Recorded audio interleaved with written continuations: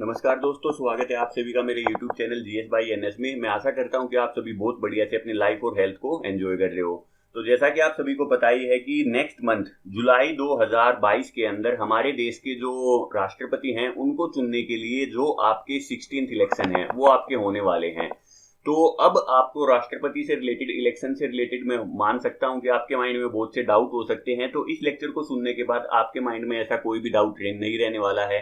जैसे मैं बात करता हूं प्रोपोर्शनल रिप्रेजेंटेशन क्या होता है, सिंगल ट्रांसफरेबल वोट क्या होती है, तो ये जो इस टाइप से रिलेटेड आपके जितने भी डाउट हैं वो सारे के सारे इस लेक्चर को सुनने के बाद आपके बिल्कुल क्लियर हो जाएंगे। ठीक है, तो सबसे पहले एक बार बात कर लेते हैं। आप अपनी स्क्रीन के ऊपर देख सकते हो कि टोटल हमारी जो पर्सनैलिटी आपको दिखाई दे रही है ये है आपके नंबर हैं इनके 14, लेकिन हम इलेक्शन बोल रहे हैं आपकी 16। तो इसका रीजन क्या है, इलेक्शन हमारे 16 टाइम ही हो रहे हैं। तो ये मैं क्यों बोल रहा हूं, क्योंकि जो देश के पहले राष्ट्रपति थे डॉक्टर राजेंद्र प्रसाद, उनको 2 टाइम चुना गया था।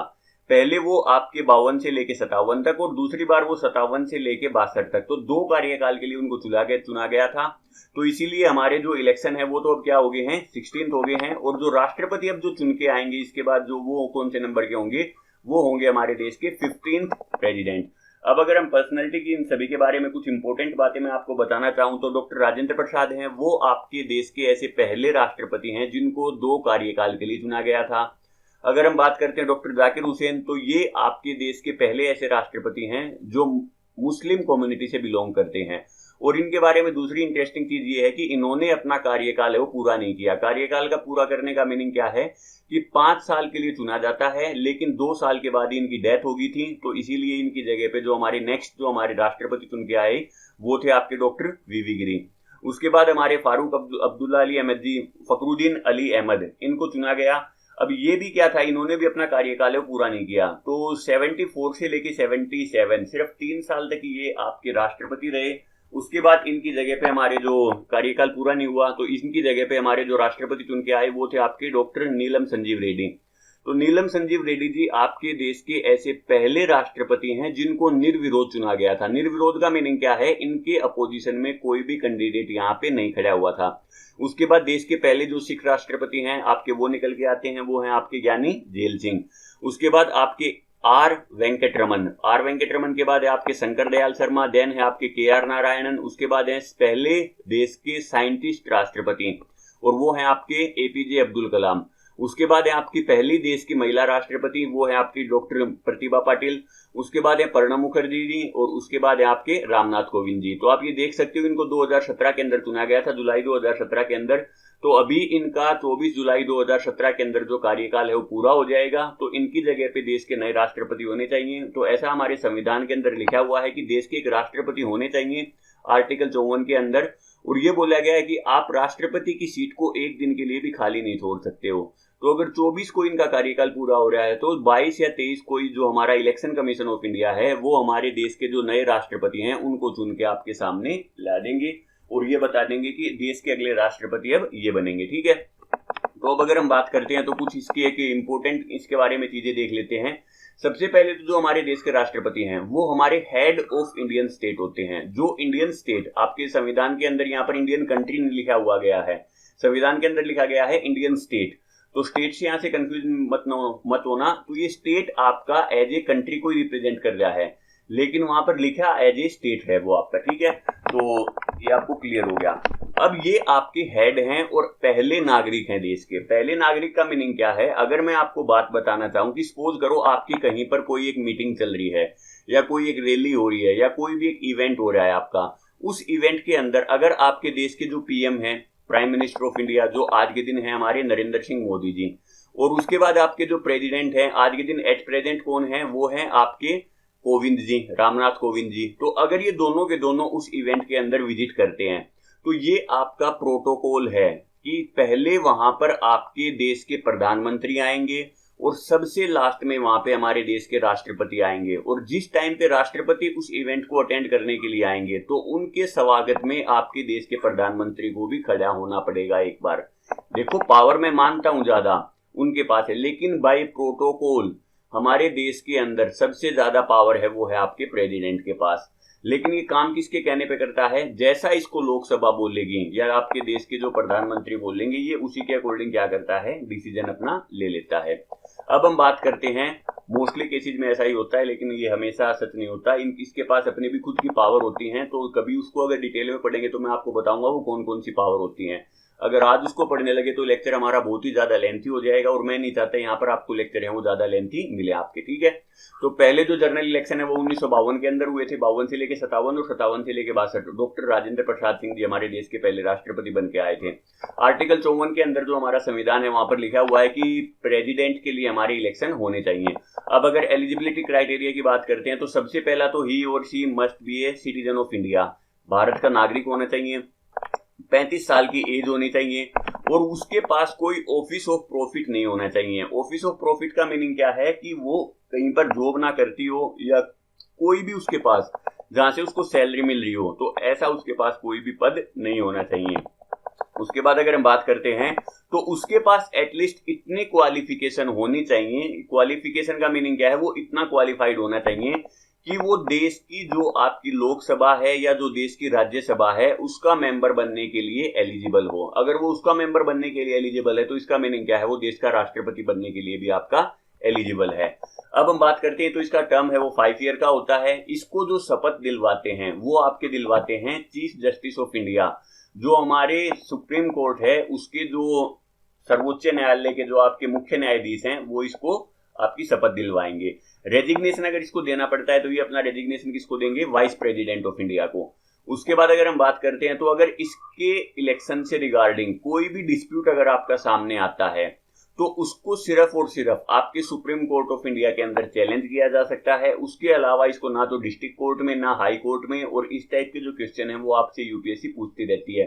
क्या हाई कोर्ट में हम उसको डिस्कस कर सकते हैं? नहीं जी, हाई कोर्ट में हम उसको कभी भी डिस्कस नहीं कर सकते। उसको सिर्फ और सिर्फ अगर राष्ट्रपति के इलेक्शन से रिलेटेड, लेकिन जो आपके नॉर्मल इलेक्शन होते हैं तो उसको हम कहीं पर भी आपका जो है चैलेंज कर सकते हैं, लेकिन राष्ट्रपति के लिए जो आपका होगा वो सिर्फ और सिर्फ सुप्रीम कोर्ट के अंदर होगा। और जब ये अपने कार्यकाल पे रहते हैं तो इनको कुछ इम्यूनिटी मिली हुई है। वो इम्यूनिटी क्या है कि कभी भी इनको, जब तक ये पद के ऊपर हैं, अगर इन्होंने कोई भी क्राइम कर दिया है तो ना तो इनको अरेस्ट किया जा सकता है और ना इनको जेल की जा सकती है।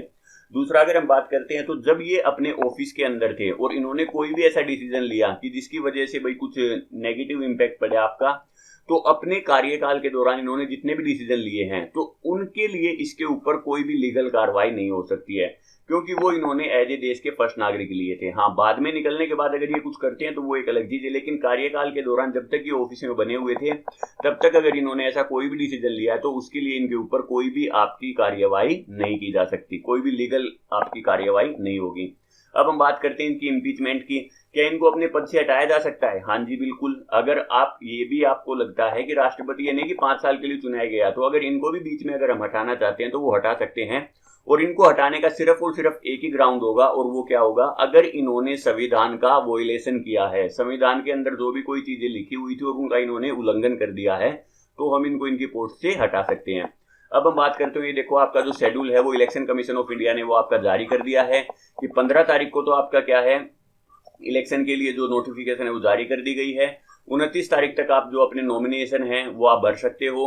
30 को आपको जो अपनी स्क्रूटनी होगी नॉमिनेशन की। अब ये स्क्रूटनी का मीनिंग क्या है, देखो यहाँ पर मैं आपको बताना चाहता हूँ। स्क्रूटनी का मीनिंग क्या है कि जो भी कोई कैंडिडेट राष्ट्रपति के लिए आपका ये इलेक्शन का फॉर्म फिल करता है तो उसके फॉर्म पे 50 तो उसके प्रपोजर होने चाहिए। प्रपोजर का मीनिंग क्या है, या तो एमपी या एमएलए वो उसको प्रपोज करें जी हम हमारे देश का राष्ट्रपति इसको चुनना चाहते हैं, और उसके बाद आपके 50 ही सेकेंडर होना चाहिए जो उसको बाद में सपोर्ट करें। 50 तो उसको प्रपोज करेंगे और 50 बाद में उसको सपोर्ट करेंगे। तो अगर ये 100 बंदे ऐसे मिलेंगे तो ही वो क्या कर सकता है, फॉर्म फिल कर सकता है। 1974 से पहले आप क्या देखोगे कि जो भी हमारे देश के अंदर राष्ट्रपति चुने जाते थे तो कोई क्राइटेरिया तो था नहीं, बस 35 साल हो और क्वालिफाइड हो उसके लिए। तो ऐसा कुछ भी नहीं था कि इतने प्रपोजर हों, इतने उसको बाद में सपोर्ट करने वाले हों। तो इसकी वजह से क्या होता था, इतने ज्यादा बंदे आपके इलेक्शन के लिए वो फॉर्म फिल कर देते थे। तो बाद में इलेक्शन कमीशन के लिए जब वो सिंगल ट्रांसफरेबल वोट है जब उसको काउंट करना होता था तो वो उसके लिए बहुत ही ज्यादा एक मतलब कि मुश्किल टास्क हो जाता था। तो इसीलिए इलेक्शन कमीशन ने आपका ये रूल है उसके अंदर चेंज किया, आपकी जो लोकसभा से बात करके, पार्लियामेंट के से बात करके, कि जी अब आगे से जो भी हमारा इलेक्शन होगा तो उसके लिए आपका क्या होगा, तो ये स्क्रूटनी के अंदर वही देखा जाता है, अगर कोई ऐसा बंदा होता है जिसको 50 प्रपोजर और 50 सेकेंडरी नहीं मिले हैं तो उसकी जो नॉमिनेशन है वो यहीं पर खत्म कर दी जाएगी, ठीक है। और उसके बाद अगर कोई कैंडिडेटर है, अगर वो अपना विड्रॉल करना चाहता है, अपना नाम अगर वापस लेना चाहता है तो वो 2 तारीख तक कर सकता है। उसके बाद आपकी जो भी देखो ये डेट सारी आपकी लिखी हुई है, और फाइनली जो आपकी काउंटिंग होगी वो आपकी होगी 21 तारीख को, ठीक है। और ये जो पोलिंग होगी वो आपकी होगी 18 तारीख को। तो 21 तारीख को आपको देश के अंदर पता चल जाएगा कि आपके देश के अगले राष्ट्रपति कौन है, और 24 तारीख को हमारे जो रामनाथ कोविंद जी हैं वो वहां से उस पोस्ट से अपना रिटायरमेंट ले लेंगे, और उनकी जगह पे जो भी ये नया कैंडिडेट चुन के आएगा इनको देश का नया राष्ट्रपति बना दिया जाएगा। अब इसके लिए जो डिपॉजिट फीस है वो आपकी कितनी होती है, 15,000। और ये दोनों चीजें ये ज्यादा इंपॉर्टेंट हैं, और ये 1974 के अंदर रूल लेके आया गया था, ये चीज आप याद रखना बिल्कुल। इससे पहले ऐसा कोई भी नहीं था कि किसी कैंडिडेट को एक एमपी या अपना एक प्रपोजर, एक सेकेंडरी, ऐसी कोई भी कंडीशन नहीं थी। चाहे उसके पास अगर एक भी किसी का भी सपोर्ट नहीं है तो भी वो क्या कर सकता था, जाके अपना जो पर्चा है वो जमा करवा सकता था। अब उसके बाद सबसे इंपॉर्टेंट चीज यहाँ पे देखो लिखी हुई है कि इनके लिए जो वोटिंग होती है ना वो इनडायरेक्टली होती है। जैसे अगर हम नॉर्मल बात करते हैं, हमारे गांव के अंदर जो सबसे छोटा इलेक्शन हो किसके लिए होता है, सरपंच के लिए। सरपंच के लिए आपका जिला पार्षद के लिए, उसके बाद अगर हम बात करते हैं तो एमएलए के लिए, उसके बाद हम बात करते हैं एमपी के लिए। तो ये सारे के सारे इलेक्शन में हम क्या करते हैं, हर बंदा वोट डालता है, और हर बंदे की वोट की सिर्फ वैल्यू क्या है, एक है। 1 person is equal to 1 vote. तो ये आपकी वैल्यू होगी उस वोट की। और उसके बाद जो भी कोई ज्यादा वोट लेके आता है उसको क्या कर दिया जाता है, विजेता घोषित कर दिया जाता है। ये चीज आपको पता होगी। तो उसको तो हम बोलते हैं डायरेक्ट इलेक्शन, कि डायरेक्टली हो रहा है। लेकिन अब यहां पर क्या होगा, आप, मैं या कोई भी जो देश का जो इंडियन नागरिक है वो कोई भी आपका डायरेक्टली इलेक्शन के अंदर पार्टिसिपेट नहीं करेगा। यहां पर इलेक्शन क्या होंगे, इनडायरेक्टली। इनडायरेक्टली का मीनिंग क्या है, जिन बंदों को हमने चुन के भेजा हुआ है, हमने हमारे एमएलए को चुन दिया, हमने हमारे एमपी को चुन दिया। एमपी का मीनिंग क्या है, मेंबर ऑफ पार्लियामेंट। एमएलए का मीनिंग क्या है, मेंबर ऑफ लेजिस्लेटिव असेंबली। तो इनको जो हमने चुन के भेज दिया, तो अब हमारे बिहाफ पे इनडायरेक्टली ये बंदे क्या करेंगे, राष्ट्रपति को चुन के लेके आएंगे। तो ये चीज आपको क्लियर होगी। अब हम बात कर लेते हैं कि इलेक्टोरल कॉलेज, यहां पर इतने ज्यादा कंफ्यूजन रहते हैं बच्चों को, और इतने ज्यादा बार आपसे क्वेश्चन पूछा गया है। तो यहां पर देखो आपके बिल्कुल सारे डाउट मैं क्लियर कर देता हूं। बिल्कुल यहां पर साफ साफ लिखा हुआ है कि only elected member of parliament, या तो वो लोकसभा हो या फिर वो आपकी राज्यसभा हो। आपको पता होगा कि लोकसभा के अंदर टोटल 545 सीट है, जिनके अंदर आपके 2 एंजेलो इंडियन होते हैं। अब तो ये इनको खत्म कर दिया गया है, लेकिन ये दोनों के दोनों आपके क्या होते हैं, नॉमिनेटेड होते हैं, इलेक्टेड नहीं होते। ये कोई भी इलेक्शन जीत के नहीं आते हैं, इनको यहाँ पे सिर्फ और सिर्फ नॉमिनेट किया गया है, ठीक है। लेकिन बाद में जो बचे हैं 543 बंदे, ये आपके क्या करेंगे, उस इलेक्शन के अंदर पार्टिसिपेट करेंगे। जो 2 एंजेलो इंडियन हैं वो आपके पार्टिसिपेट नहीं करते हैं, जो पहले के लिए मैं बता रहा हूं आपको। तो ये क्लियर हो गया इलेक्टेड वाला फंडा। अब हम बात करते हैं राज्यसभा। तो राज्यसभा के अंदर भी आपको पता है, जो इन 543 के अंदर से आपके जो 237 या आई थिंक जितने भी आपके मेंबर है राज्यसभा के अंदर, आप एक बार वो देख लेना। तो उनके अंदर जो हमारे 12 बंदे होते हैं वो क्या होते हैं, वो आपके नॉमिनेटेड होते हैं। आपने ये चीज जरूर पढ़ी होगी, किसी भी फील्ड के अंदर अगर उन्होंने कुछ एक्स्ट्रा किया है, जैसे अगर हम बात करते हैं लता मंगेशकर जी, आपके सचिन तेंदुलकर जी, तो ये अपने क्या है, अपने फील्ड के अंदर कुछ अपना इन्होंने एक्स्ट्रा अचीवमेंट किया था, तो इसके लिए इनको यहाँ पर नॉमिनेट किया गया है। तो वो जो 12 बंदे हैं जो वो हमारे आपके डायरेक्टली इलेक्ट होके नहीं आए हैं, तो वो आपके क्या करेंगे, वोटिंग में हिस्सा नहीं लेंगे। तो यहां पर सिर्फ और सिर्फ लोकसभा के अंदर वो बंदे जो इलेक्शन को जीत के आए हैं, और राज्यसभा के अंदर वो बंदे जो इलेक्शन को जीत के आए हैं, सिर्फ और सिर्फ वही बंदे आपके क्या करेंगे, आपके प्रेसिडेंट के इलेक्शन में पार्टिसिपेट करेंगे। पहली चीज क्लियर होगी। उसके बाद दूसरी चीज के ऊपर हम आते हैं कि elected member of legislative assembly. आपको पता है हर स्टेट के अंदर, जितने भी हमारे यहाँ पे 28 स्टेट हैं, उनके अंदर उनकी खुद की लेजिस्लेटिव असेंबली है, विधानसभा है। और विधानसभा के अंदर आपका कौन बैठता है, आपके एमएलए बैठते हैं, एमएलए आपके जीत के आते हैं। तो आपको पता होगा कि देश के अंदर 7 ऐसे भी स्टेट हैं जिनके अंदर आपकी विधानसभा के साथ साथ जो आपकी विधान परिषद है, लेजिस्लेटिव काउंसिल भी वहां पे एग्जिस्ट करती है। तो वो लेजिस्लेटिव काउंसिल के अंदर सारे बंदे कैसे होते हैं, वो आपके नॉमिनेटेड होते हैं। तो वो बंदे यहां पर पार्टिसिपेट नहीं करेंगे। सिर्फ और सिर्फ विधानसभा के अंदर ऐसे बंदे जो आपके इलेक्शन जीत के आए हैं। इलेक्शन जीत के आने का मीनिंग क्या है? जो डायरेक्टली इलेक्शन जीत के आए हैं, तो वही वो क्या करेंगे, आपका यहां पर पार्टिसिपेट करेंगे। और तीसरा है लेजिस्लेटिव असेंबली ऑफ दिल्ली और पुडुचेरी। ये आपके माइंड में आएगा जी, लेजिस्लेटिव असेंबली तो हमने जो पढ़ी है, सॉरी ये आपकी जो यूनियन टेरिटरी है, वो तो हमारे देश के अंदर 2 तो है ही नहीं, वो तो 7 है, लेकिन आज के दिन अगर हम लद्दाख को भी काउंट करते हैं तो वो हमारी 8 हो जाती हैं। तो आपकी यूटी, आपकी सिर्फ ये 2 ऐसी यूटी हैं, दिल्ली और पौंडीचेरी, जिनके अंदर आपकी लेजिस्लेटिव असेंबली देखने को मिलती है। इसीलिए इनको क्या बोला जाता है कि इनको आधे राज्य का दर्जा दे दिया गया है।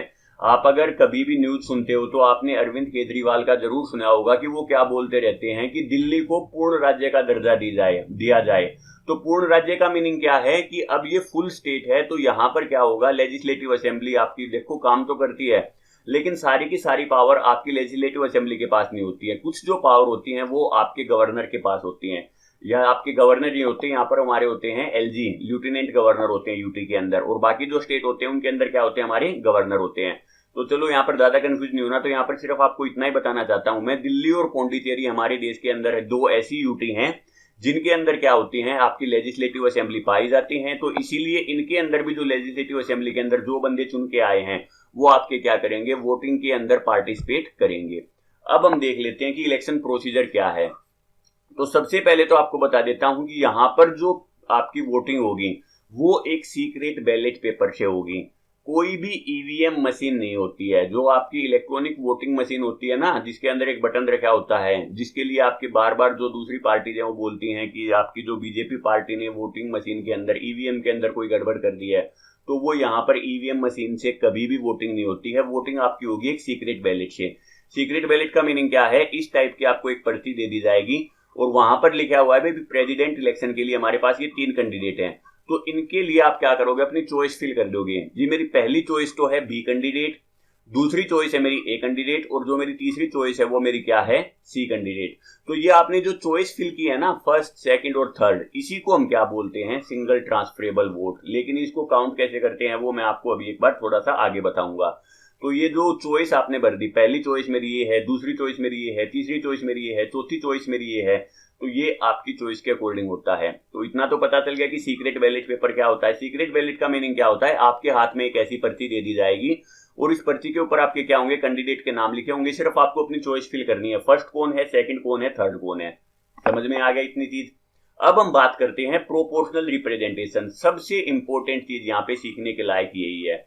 अब इस प्रोपोर्शनल रिप्रेजेंटेशन का मीनिंग क्या है कि यहां पर हम क्या करते हैं, हमने बता तो दिया कि जो एमपी और एमएलए हैं जो इलेक्ट होके आए हैं वो क्या करेंगे, वोटिंग के अंदर हिस्सा लेंगे, लेकिन उन सभी की आपकी जो वोट है उसकी वैल्यू अलग अलग होती है। डायरेक्ट इलेक्शन के अंदर तो आपने क्या देखा था, एक बंदे की वोट की वैल्यू कितनी होती है, सिंगल होती है। 2 बंदों की वोट की वैल्यू 2 हो जाएगी, 3 बंदों की वोट की वैल्यू 3 हो जाएगी। लेकिन यहां पर ऐसा नहीं होता है। जो एमपी की वोट होती है ना, मेंबर ऑफ पार्लियामेंट की, उसकी वोट की वैल्यू थोड़ी सी आपकी एमएलए की वोट से ज्यादा होती है। ज्यादा कैसे होती है, देखो मैं आपको अभी बता देता हूं।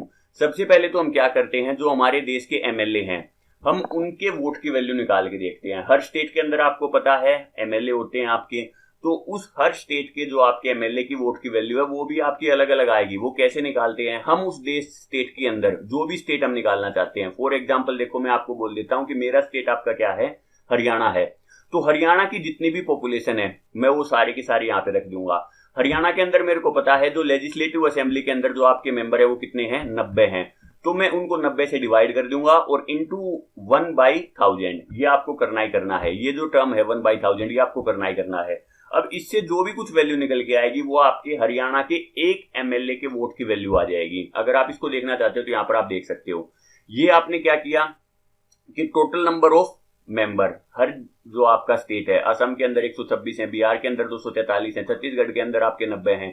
तो देखो यहाँ पर हरियाणा को अगर हम देखते हैं तो हरियाणा है आपका, नीचे चल के हरियाणा हरियाणा हरियाणा हरियाणा कहाँ पे गया, हरियाणा ये रहा आपका हरियाणा, गुजरात के बाद। तो हरियाणा के अंदर देखो आपके कितने मेंबर हो गए, 90 हो गए। और यहाँ की जो पॉपुलेशन है वो है आपकी, ये आपको दिखाई दे रही है 10 करोड़ 3 लाख जो भी 68,000 या जो आपकी 1 करोड़ है वो आप यहाँ पे काउंट कर लेना। तो हम क्या करेंगे, इस वैल्यू को 38 808। इसको हमने डिवाइड कर दिया किससे, कितने मेंबर हैं 90, और गुना में 1/2000 किया तो ये आपका 1000 हो गया। ठीक है, ये हो गया। अब इसको आप डिवाइड करो, डिवाइड करने के बाद आपकी वैल्यू कितनी आ गई 112। मींस यहां पर जो मेरा एक एमएलए है हरियाणा का, उसकी वोट की वैल्यू कितनी है 112। समझ में आ गया। अब हम बात करते हैं कि आपको एक एमएलए के वोट की वैल्यू पता चल गई, तो अगर मैं 90 के 90 की निकालना चाहूंगा तो मैं क्या करूंगा, 112 को 90 से गुना कर दूंगा। तो ये आपकी टोटल वैल्यू आ गई कि हरियाणा के अंदर जितने भी जो एमएलए है ना, उन सभी के वोट की वैल्यू होगी 10,080। और आपको पता है हरियाणा के अंदर जो आपके एमपी है वो कितने हैं, हरियाणा के अंदर है एमपी आपके 10। तो 10 से आप इसको अगर डिवाइड करोगे तो आप क्या बोल सकते हो कि लगभग आपकी एक एमपी के वोट की वैल्यू आ जाएगी आपकी 1080 के इक्वल। तो ये आपकी 1008 के इक्वल, सॉरी 1080 नहीं 1008 के इक्वल। तो देखो जो एमएलए है, एमएलए के वोट की पावर तो कितनी है 112, एमपी के वोट की पावर कितनी है 1008। तो आप समझ सकते हो, और यही फंडा आपका क्या होगा, हर स्टेट के ऊपर अप्लाई हो जाएगा। अब यहां पर आपको मैं एक इंटरेस्टिंग चीज बताना चाहता हूं, जो ये पॉपुलेशन आपको दिखाई दे रही है, ये पॉपुलेशन हम उठाते हैं जो हमारा 1971 का जो जनगणना हुई थी उसके अकॉर्डिंग। अब आपके दिमाग में आएगा सर 1971 की क्यों उठा रहे हैं, आज के दिन तो हम कहां पे खड़े हुए हैं 2021 के अंदर। 71 के बाद तो 81 में, 91 में, 2001 में, 2011 में, 2021 में 5 या 6 आपकी और जनगणना हमारी हो चुकी हैं। लेकिन हम 71 का इसलिए उठाते हैं क्योंकि जिस टाइम पे ये आपका इलेक्टोरल पोल बनाया गया था तो वो 1971 की जनसंख्या के हिसाब से बनाया गया था। अब 1971 के बाद आपका क्या हुआ, जितने भी जो आपके साउथ के स्टेट हैं उन सभी ने तो क्या किया, अपनी जनसंख्या को कंट्रोल कर लिया। लेकिन जो नॉर्थ के स्टेट हैं वो अपनी जनसंख्या को कंट्रोल नहीं कर पाए, यहाँ पे जनसंख्या आपकी बढ़ती गई। आपने देखा यूपी की जो जनसंख्या है वो आज के दिन आपकी पूरी जो कनाडा या जो आपकी यूएसए है उनकी जो जनसंख्या उससे भी ज्यादा पहुंच चुकी है। आपकी जो बिहार है, बिहार की जनसंख्या वो भी आप देखते हो कितनी ज्यादा पहुंच चुकी है। तो अगर हम ऐसा करते वो 71 वाला सेंसस नहीं उठाते, हम 2021 का सेंसस उठाते हैं, तो 2021 के बाद क्या होगा, नॉर्थ के अंदर जो आपके स्टेट है इनकी जनसंख्या तो क्या है बहुत तेजी से बढ़ी है। तो इनके जो एमपी और एमएलए होंगे ना, तो उनकी वोट की जो वैल्यू है ना वो आपकी ज्यादा हो जाएगी। लेकिन जो आपके सदर्न स्टेट हैं वहां पर तो जनसंख्या उतनी की उतनी है, तो इसीलिए उनके वोट की वैल्यू क्या हो जाएगी, कम हो जाएगी। तो अब ये बोल रहे हैं देखो जी, एक तो हमने सरकार के कहने पे हमारी जनसंख्या को नियंत्रण किया और ऊपर से उसी चीज का हमारे को हर्जाना भी भुगतना पड़ रहा है। तो इसी चीज से बचाने के लिए जो इलेक्शन कमीशन है वो हमेशा क्या करता है, जो ये सेंसस के अंदर जो ये टोटल पॉपुलेशन उठाता है ना किसी भी स्टेट की, वो आपकी क्या करता है 1971 से उठा लेता है। तो अब आपको ये देखो पता चल गया होगा कि एमएलए के वोट हम कैसे निकालते हैं और एमपी की वोट की वैल्यू कैसे निकालते हैं। तो ये देखो आपने एक एमएलए की वोट की वैल्यू निकाल ली। अब उसको हम क्या करेंगे, total number of votes of all MLA, जितने भी आपके एमएलए हैं। जैसे यहां पर हरियाणा के अंदर एक एमएलए की वोट की वैल्यू कितनी आई थी 112, 112 को मैंने 90 से गुणा कर दिया तो ये आपका आ गया था 10,080, और उसको मैंने डिवाइड कर दिया total number of elected member of parliament. तो आपके एमपी कितने हैं, एमपी हरियाणा के अंदर आपके 10।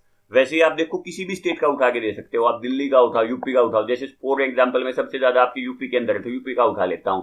तो यूपी के अंदर मेरे को पता है कि 403 एमएलए हैं। यूपी की आपकी जो जनसंख्या वो आपको दिखाई दे रही है, हम इस जनसंख्या को 403 से डिवाइड करेंगे, वो आपकी एक एमएलए के वोट की वैल्यू आ गई। देखो अब हरियाणा के अंदर जो आपका एक एमएलए था उसकी वोट की वैल्यू कितनी थी 112, और यूपी वाले एक एमएलए के वोट की वैल्यू कितनी है 208। और ये तो हमने 1971 की पॉपुलेशन उठाई है। अगर हम यहाँ पे वो 2021 की उठा देना पॉपुलेशन, तो ये जो वैल्यू है ना ये आपकी और भी ज्यादा पहुंच जाएगी। तो आप समझ सकते हो, इसीलिए हम क्या कर रहे हैं 1971 की उठा रहे हैं। अब ये जितने भी आपकी वैल्यू आई है सभी की, सभी स्टेट की हम क्या करेंगे, उनको काउंट करते रहेंगे और टोटल वैल्यू आपकी कितनी आ जाएगी, वो आपकी आ गई 5,49,495। आप मोटा मोटा बोल सकते हो कि 5,50,000 तो हमारी किसकी आ गई, एमएलए की आ गई। ये उनकी टोटल वैल्यू है, सभी के वोट की वैल्यू। और इतनी टोटल वैल्यू हमारी किसकी आ जाएगी, एमपी की आ जाएगी 5,50,000। और दोनों को जब जोड़ेंगे 5 और 5 10 और 50 और 50 1 लाख, तो टोटल 11 लाख के इक्वल हो जाएगी। तो कोई भी ऐसा बंदा जो 5,51,000 अगर वोट अपनी तरफ लेके आ जाता है तो उसको जीता हुआ घोषित कर दिया जाएगा। अब ये आपको अच्छे से समझ में आ गया होगा मेरे हिसाब से। अब हम बात कर लेते हैं एक ये सिंगल ट्रांसफरेबल वोट क्या होता है, बस ये और आपको बता देता हूं। सिंगल ट्रांसफरेबल वोट का मीनिंग क्या है, आपने अपनी चॉइस फिल कर दी, एक आपका कैंडिडेट है ए, एक है आपका बी, एक है सी। आपने सीक्रेट बैलेट जमा करवा दिया। अब पहले सीक्रेट बैलेट से आपका क्या हुआ कि आपका आपने देखा कि जो कैंडिडेट 1 की चॉइस है बी की, तो आपने वो इस जार के अंदर अपनी वो पर्ची है वो डाल दी, तो इसकी वैल्यू 1 होगी। दूसरे कैंडिडेट की पर्ची उठाई, उसने अपनी क्या दे रखा था, फर्स्ट कैंडिडेट है उसको बना रखा था ए को, तो उसने यहाँ पे ए को सिलेक्ट कर दिया। तीसरे की पर्ची उठाई, उसने सिलेक्ट कर रखा था सी को, तो आपने सी वाली उसमें जार में डाल दिया। फिर आपने फिर से चौथे कैंडिडेट की, पांचवें, छठे, सातवें, तो टोटल जितने भी कैंडिडेट हैं आप उन सभी की पर्ची उठाते हुए जाओगे और सिर्फ आप यहाँ पे उनकी काउंट करोगे फर्स्ट प्रेफरेंस। अभी आप जो फर्स्ट राउंड होगा उसके अंदर आप सेकंड और थर्ड प्रेफरेंस को कभी भी काउंट नहीं करते हो, आप सिर्फ फर्स्ट प्रेफरेंस को काउंट करोगे। और फिर आप जब फाइनली आपकी जितनी भी जो आपकी सारी पर्ची जब आ जाएंगे ना, तो आप निकाल के देखोगे भाई ए के हिस्से में कितनी वोट आई हैं। तो सपोज करो वहां पर आपके मतलब कि 100 तो एमएलए आ गए उसके पास, तो हर एमएलए की वोट की वैल्यू आपको पता ही है कितनी है, हर एमपी के वोट की वैल्यू आपको पता है, आप उन सभी से उसको मल्टीप्लाई करके देखोगे। अगर वो आपकी 5,51,000 हो जाएगी तो हम उसको क्या मान लेंगे, जीता हुआ घोषित कर देंगे और ये बता देंगे ये आपके देश के अगले राष्ट्रपति होंगे। लेकिन अगर वो 5,51,000 से कम रह जाती है तो हम क्या करते हैं, दूसरे कैंडिडेट के पास जाते हैं, फिर तीसरे के पास जाते हैं, फिर चौथे के पास जाते हैं। तो यहां पर इंपॉर्टेंट है आपकी फर्स्ट प्रेफरेंस। तो अगर कोई भी बंदा जो वोटिंग के अंदर पार्टिसिपेट करता है ना, तो उसको अपनी फर्स्ट प्रेफरेंस है वो देनी पड़ेगी। नंबर दूसरी, यहां पर कभी भी आपका नोटा नहीं होता है, इन बैलेट पेपर के ऊपर नोटा नहीं होता है। आपने जनरल इलेक्शन के अंदर देखा होगा ना NOTA, none of the above, कि जितने कैंडिडेट यहां पर खड़े हुए हैं इनमें से मेरी पसंद का कोई भी नहीं है। लेकिन यहां पर आपके प्रेसिडेंट इलेक्शन के लिए कभी भी ऐसा नोटा आपका एग्जिस्ट नहीं करता है। और दूसरी चीज अगर हम बात करते हैं तो यहां पर कोई भी प्रॉक्सी वोट नहीं होती है। प्रॉक्सी का मीनिंग क्या है, जाली वोट। जैसे आपने देखा होगा जो भी इलेक्शन होते चाहे वो आपके सरपंच के, एमएलए के, आपने गांव के अंदर क्या देखा है, आपने देखा कि ये बंदा तो आपका कहीं शहर में रहता है और ये नहीं आ पाएगा, तो आप उसकी क्या करते हो, फर्जी वोट डालते हो। तो यहां पर आपकी वो कोई भी फर्जी वोट नहीं डाली जाएगी। अब आपके दिमाग में आ सकता है, आप मान के चलो जी कोई एक बंदा है जो आपका क्या है, हैंडीकैप है। अब अगर वो हैंडीकैप ही हो गया, आपके माइंड में आया कि वो जी आपका जो पार्लियामेंट है जहां पर इलेक्शन हो रहा है वहां पर नहीं पहुंच सकता है, तो क्या ऐसा हो सकता है वो अपनी जगह पे किसी दूसरे बंदे को भेज दे, जी देखो जी मैं तो आज मतलब कि मैं बीमार हूं या मैं हॉस्पिटल में एडमिट हूं तो इसीलिए मैं अपनी जगह पे दूसरे बंदे को भेज रहा हूं। तो वो ऐसा भी नहीं कर सकता है। अगर वो खुद आना चाहता है तो ही हाँ, उसको पूरी की पूरी वो आपकी मतलब कि क्या होंगी, फैसिलिटी दी जाएंगी कि आपको यहाँ पर क्या हो लेके आया जाए और आप वोटिंग कर पाओ। तो ये चीज अब आपको पता होनी चाहिए। तो ये था आपका पूरा इलेक्शन के बारे में। और अगर आप इलेक्शन को देखते हो तो अब देखो आपके जो टोटल जो आपके प्रेसिडेंशियल इलेक्शन हुए, तो 1952 में जो हमारे राजेंद्र प्रसाद जी जीत के आए थे तो उनको 83% वोट मिली थी। 57 के अंदर उनको 98%, आपके 62 के अंदर 98%। तो देखो यहाँ पर सबसे कम आपके क्या है 1969 के अंदर 48% सिर्फ। तो इसीलिए आपके क्या हुआ 74 के अंदर ये रूल बनाया गया कि अब आगे से जो भी कोई प्रेसिडेंट के लिए कैंडिडेट करेगा तो उसके पास 50 तो प्रपोजर होने चाहिए और 50 ही उसके पास सेकेंडर होने चाहिए उसको सपोर्ट करने वाले भी, तभी वो क्या होगा इलेक्शन के लिए पार्टिसिपेट कर सकता है। तो यहाँ पर देखो हालत इतनी ज्यादा होगी, इतने ज्यादा बंदे यहाँ पर कैंडिडेट के लिए खड़े होंगे कि आपको समझ में नहीं आया कि अब क्या करें। तो 50% से ज्यादा भी नहीं आई और उसके बाद भी क्या है, वीवी गिरी जी हैं वो आपके देश के राष्ट्रपति हैं, वो चुन के आगे थे। नीलम संजीव रेड्डी आप देख सकते हो, डैश का मीनिंग क्या है, निर्विरोध चुने गए थे, कोई भी यहाँ पर वोटिंग नहीं हुई थी। और आपके जो राष्ट्रपति रामनाथ कोविंद जी हैं उनके बारे में 65 है। अब हम बात कर लेते हैं कि जो अभी आपकी बीजेपी पार्टी है तो उन्होंने तो अपने द्रौपदी मुर्मू को यहाँ से इलेक्शन के लिए उठा दिया है, और जो आपकी कांग्रेस और जितनी भी जो आपकी अपोजिशन की पार्टी है उन सभी ने आपके यशवंत सिन्हा जी को उठा दिया है। तो अगर आप इन दोनों की थोड़ी सी बायोग्राफी अगर आप पढ़ना चाहते हो आप ये देख सकते हो कि सिन्हा जी आपके पहले तो क्या थे, बीजेपी पार्टी के अंदर काम करते थे, लेकिन 1990-91 के टाइम पे ये आपके जो चंद्रशेखर जी पीएम थे उनके टाइम पे आपके फाइनेंस मिनिस्टर भी थे। उसके बाद अटल बिहारी जी के अंडर में भी आपके क्या थे, आपके मिनिस्ट्री की पोस्ट पे रहे हैं एक्सटर्नल अफेयर के। उसके बाद ये आपके क्या हुए, इस पार्टी को छोड़ के 2021 के अंदर इन्होंने जो आपकी ऑल इंडिया तृणमूल कांग्रेस है, ये आपकी वेस्ट बंगाल के अंदर जो आपकी ममता बनर्जी की पार्टी है, इन्होंने उसको ज्वाइन कर लिया। लेकिन अब इन्होंने वहां से भी इस्तीफा दे दिया। क्यों दे दिया, क्योंकि अब ये आपके राष्ट्रपति पद के उम्मीदवार बन चुके हैं, और राष्ट्रपति पद के उम्मीदवार के लिए पहली कंडीशन ही क्या बोली गई है, इसेंशियल क्वालिफिकेशन, कि आप किसी लाभ के पद पे नहीं होने चाहिए, ऑफिस ऑफ प्रॉफिट आपके पास नहीं होना चाहिए। तो यहां से भी इन्होंने रिजाइन कर दिया है। और वैसे ये 1960 के बैच के आईएएस ऑफिसर हैं, ये देख लिया आपने। अब उसकी बाद आप अगर मुर्मू जी के बारे में बात करते हो तो ये आपके एक ट्राइबल लीडर हैं और जो आपकी उड़ीसा से बिलोंग करती हैं। अब आपके माइंड में आएगा कि इन्होंने ट्राइबल को क्यों निकाल दिया, तो मैं आपको बताना चाहता हूं, देखो यहाँ पर हर बंदे की जो वोट है वो आपकी काउंट होती है। तो आपके कुछ स्टेट ऐसे हैं जहां पर आपकी बीजेपी आज के दिन पावर में नहीं है, और वो स्टेट कौन से हैं, वहां पर आपकी बहुत ही ज्यादा जो आपकी ट्राइबल पॉपुलेशन है ना वो आपकी एग्जिस्ट करती है। तो अब आप समझ सकते हो अगर ये देश की पहली राष्ट्रपति भी बनती है तो ये पहली ट्राइबल राष्ट्रपति भी होंगी देश की। महिला तो है ही है, महिला के अलावा ये आपकी क्या है, पहली ट्राइबल राष्ट्रपति जो आपकी ट्राइबल कम्युनिटी से आपकी बिलोंग करती हैं, ठीक है। उससे पहले ये आपकी झारखंड की गवर्नर भी रह चुकी हैं 2015 से 21 तक, लेकिन इन्होंने अपना जो कैरियर था वो एज ए टीचर शुरू किया था कभी। आपकी 1997 के अंदर इन्होंने फर्स्ट टाइम पॉलिटिक्स के अंदर एंट्री की थी। इलेक्शन इनका जो आपका कैरियर है जो स्टार्ट हुआ था वो एज ए टीचर हुआ था, फिर टीचर की पोस्ट से देखो ये जाते जाते आज के दिन आपकी राष्ट्रपति इलेक्शन के लिए खड़ी हो चुकी हैं। तो ये था हमारा आज का टॉपिक। तो आपको कैसा लगा आप ये बता सकते हो। अगर चीजें आपको पसंद आती हैं तो आप चीजों को लाइक कर सकते हो। अब जो आपको एक चीज बताना चाहता हूं कि जो आपका इंटरेस्टिंग फैक्ट था, इस चैनल को हमने खत्म करके सिर्फ आपका अब एक ही चैनल मेरा एग्जिस्ट करता है और वो है आपका GS by NS। तो आगे से आपको सारी की सारी वीडियो आपको इसी पे देखने को मिलेंगे। तो ये जो आपका इंटरेस्टिंग फैक्ट बाय NS है इसको हमने यहाँ पे बंद कर दिया है। तो अगर कोई बंदा जिसने इसको जो सब्सक्राइब कर रखा था तो उस बंदे से मैं दोबारा रिक्वेस्ट करता हूं कि वो इस चैनल से जाके वो आपका GS by NS को ज्वाइन कर ले। आगे से हमारी जितने भी जो डिस्कशन है वो आपको इसी चैनल पे मिलेंगे, GS by NS, ठीक है। तो चीजें अगर आपको पसंद आती है तो आप लाइक करो, उनको शेयर कर सकते हो और सब्सक्राइब करना ना भूलें। कमेंट बॉक्स में जरूर बताओ कि नेक्स्ट आपको किस टॉपिक के ऊपर अपना इंटरेस्टिंग फैक्ट की वीडियो है वो चाहिए। तो आज के लिए इतना ही, मिलते हैं हमारे नेक्स्ट डिस्कशन में। तब तक के लिए thank you and take care.